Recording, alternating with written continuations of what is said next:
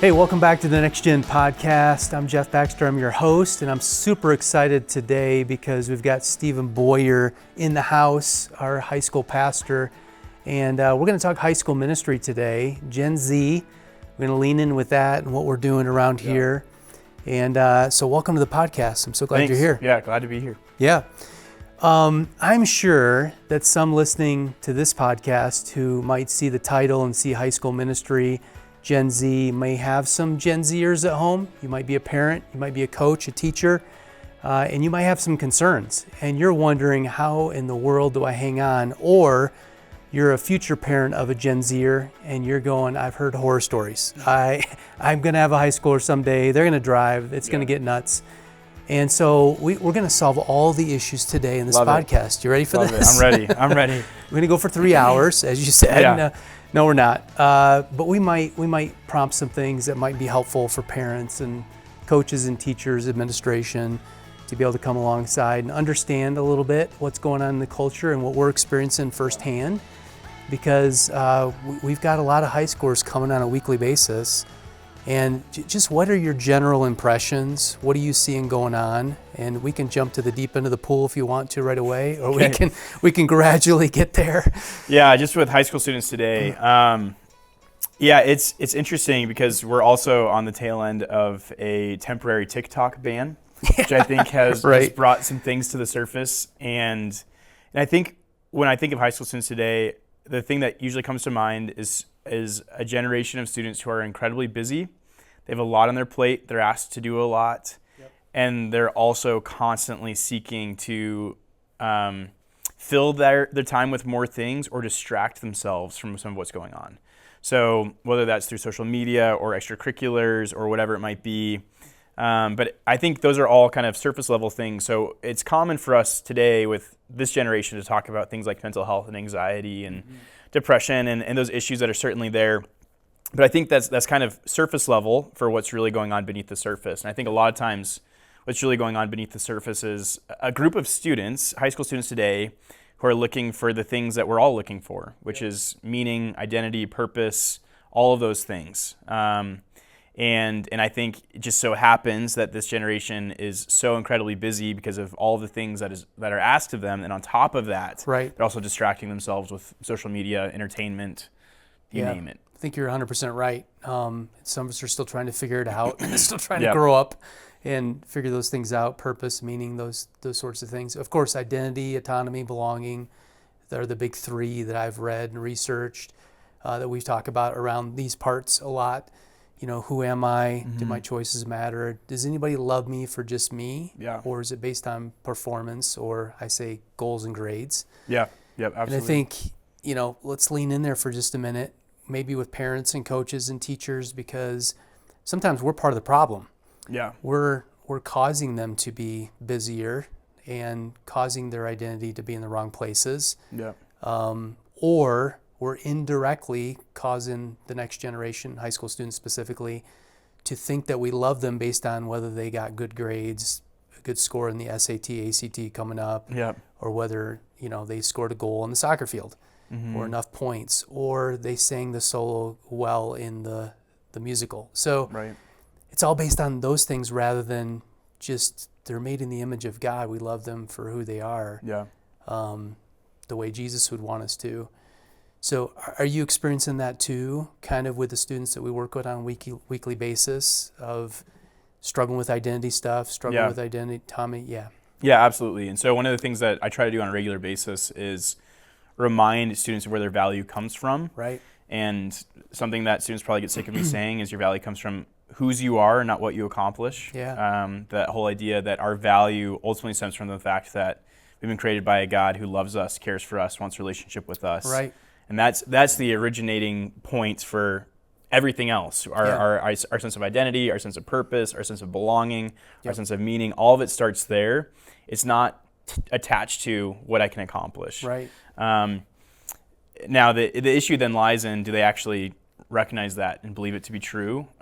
Because they're asked to perform all the time. And I think especially in the public school system, pressure is applied early to start to figure out what are you going to do next. Yep. Whether it's in middle school and starting to think through careers and colleges and programs and all these different things. And then by the time they get into high school, it's just amped up to the next level of, all right, what school are you going to go to? And do you have the grades to get in? And do you have the test scores to get in? And do you have the extracurriculars to get in? And then everything then comes to that point of, I have to accomplish so that I can get to that next thing that I have to get to. And if I don't, then my life is a failure. I won't get into the school. I won't get into the program. I won't get the scholarship. And so it's absolutely true that I think students are constantly hearing the subliminal messaging of you are what you accomplish. And then that's reinforced with what they see on social media. So they either see that I'm not measuring up to people around me,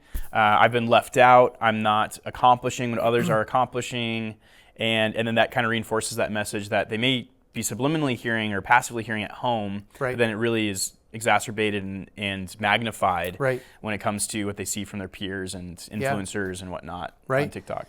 And some listening to this or watching this podcast might think, well, that's just true of everybody. That's true of adults too. We're trying to figure it out and what your career goals are or who you are and making sure your work isn't your identity when you take home, which is true of pastors too.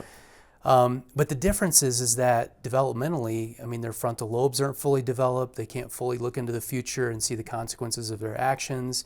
And so they don't have the life experiences that we have as adults that are a little older.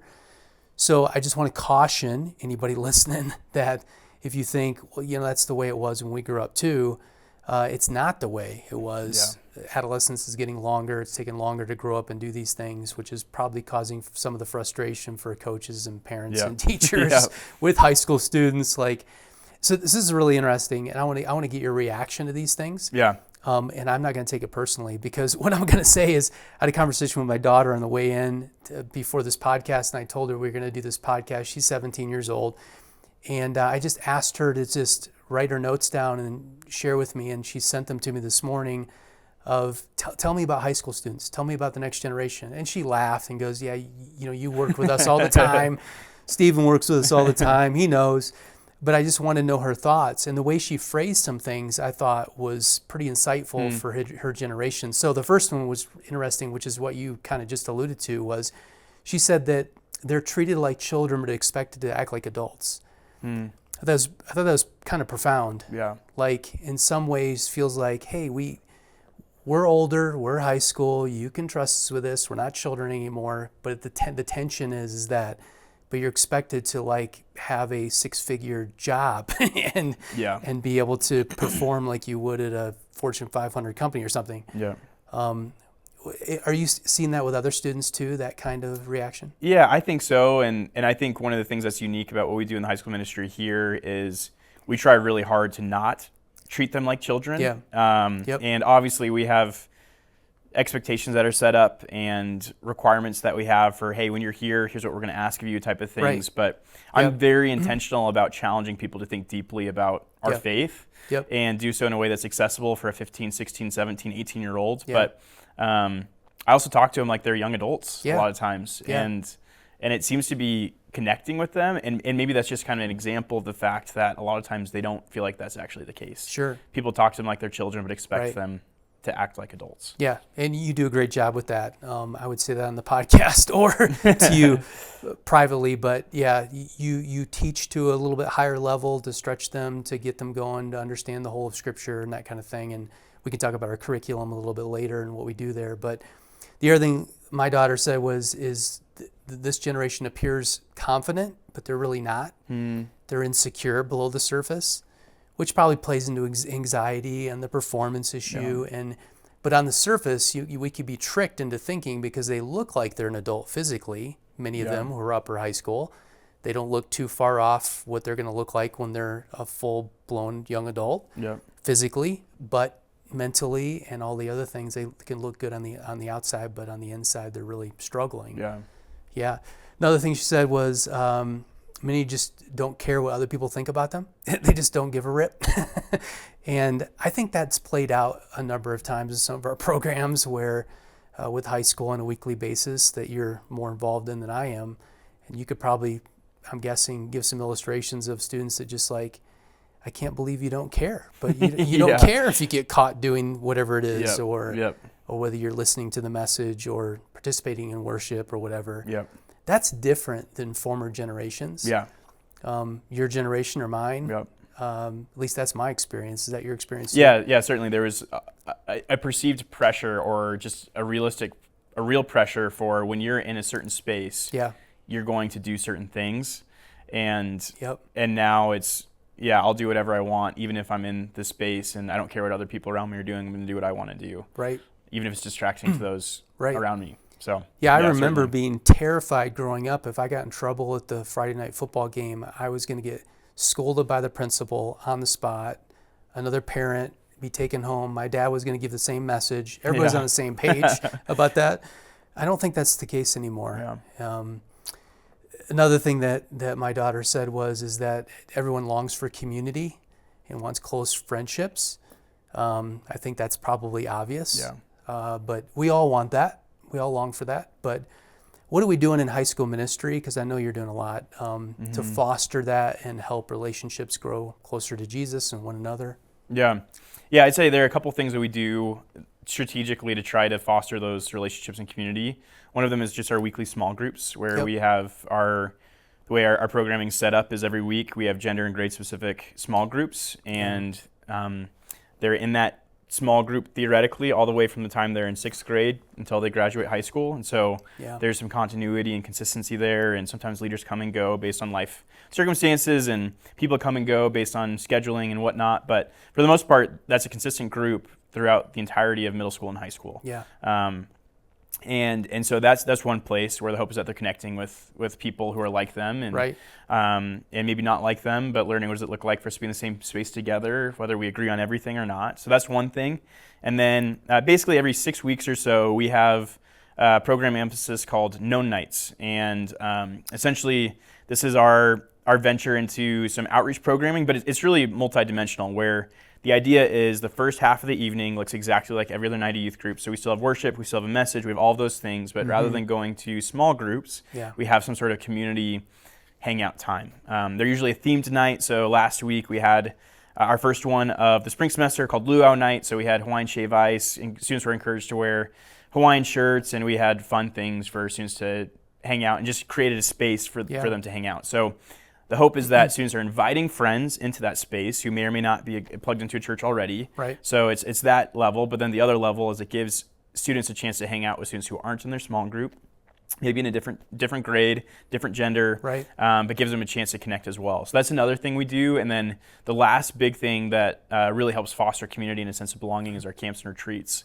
whether that's winter camp or summer camp. We see a lot of relationships really take off as a result of that hyper-focused time over a weekend or a couple days or whatever it might be, where they're able to really connect and get to know people on a different level. That's awesome. And I'd really encourage, if they're youth workers, pastors, listen to this, that Known Nights has been a great success for us. And I think it's true. It doesn't matter the church size or small, medium, large, is to have a designated time. We do it once a month, where students have a place that's safe to invite their friends to hang out, have fun. Because there's been a bump in attendance when we've done that over the last several years. So I encourage you to do that.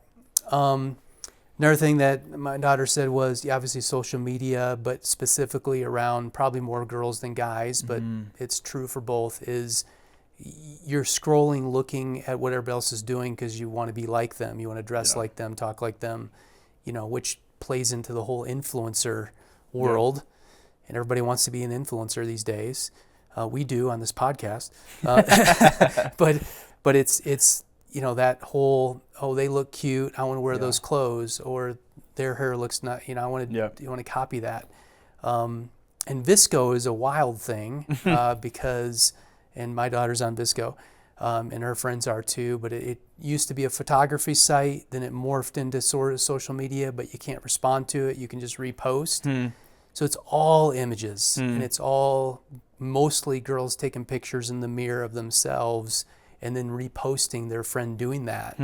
So it's just this perpetual looking in the mirror at yourself, trying to one-up the next person because you want to look cute like they do or whatever. It's wild. It plays into their identity, and it's crazy. She said that, there's a little bit of pressure to grow up too quickly. Yeah. And obviously that plays into drinking, partying, sex, drugs, all the things on the weekend that everybody's doing. And it's like catapulting them forward to doing things that you'd only do as an adult or in a marriage relationship or whatever it might be. And so, and some, again, listening might think, we were like that too. That's the way it's always been. But I think it's on steroids now. Yeah. No pun intended. I mean, it's really picked up speed. Just one more thing is obviously never learn to talk about stress and anxiety. Is what she said.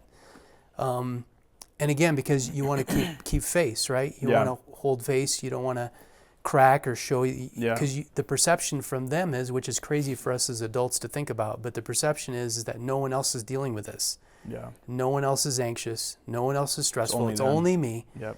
And so who am I going to talk to about that? Which goes back to community too, and having a safe place to do that.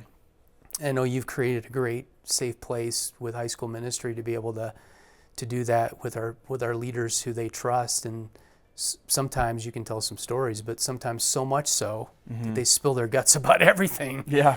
Good, bad, and indifferent. Yep. And you're probably happy on one side that they're sharing all those things, but on the other side, like, oh my goodness. Yep. I can't believe that they're doing all those things. Yep. Yeah. Yeah, absolutely. What's going on right now in high school ministry that, touches on maybe some of these things or other areas? Yeah, I think one of the things that we've started to experiment with the last year or so in high school ministry is our student leadership program. Yeah. And one of the things that we've tried to do within our student leadership program is we want to invest in students and not just ask from them. So sure, we have different roles and responsibilities for our student leaders to be involved and to have areas of ownership within the ministry, but I don't want students to think that we're just taking from them, but that we're also here to invest and develop and to pour into you as well. That's great. And so some of the things we've tried to do is we meet twice a month, and one of those meetings is focused on a leadership principle, something related to how do you develop and grow and mature as a leader. Yep.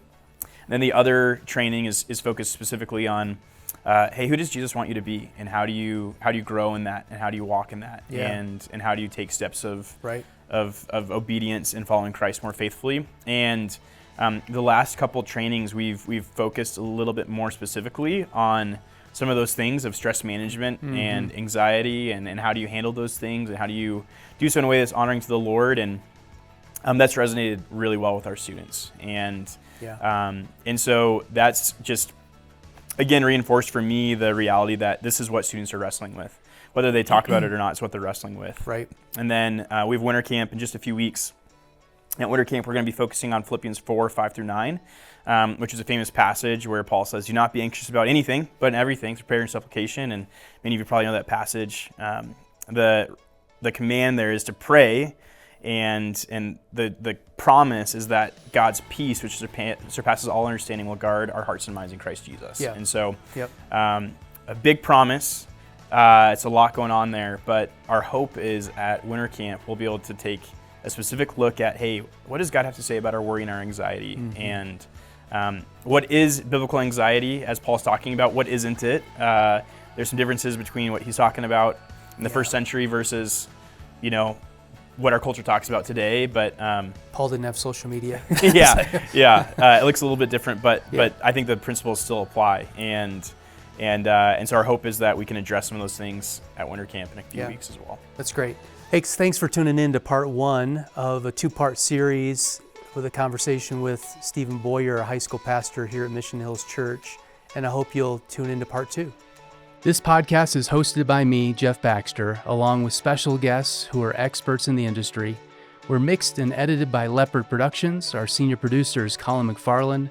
Our video director is Zach Anderson, and our digital and SEO specialist is Maddie Brower. The Next Gen Podcast is part of a Mission Hills podcast network here at Littleton, Colorado. Thanks for listening.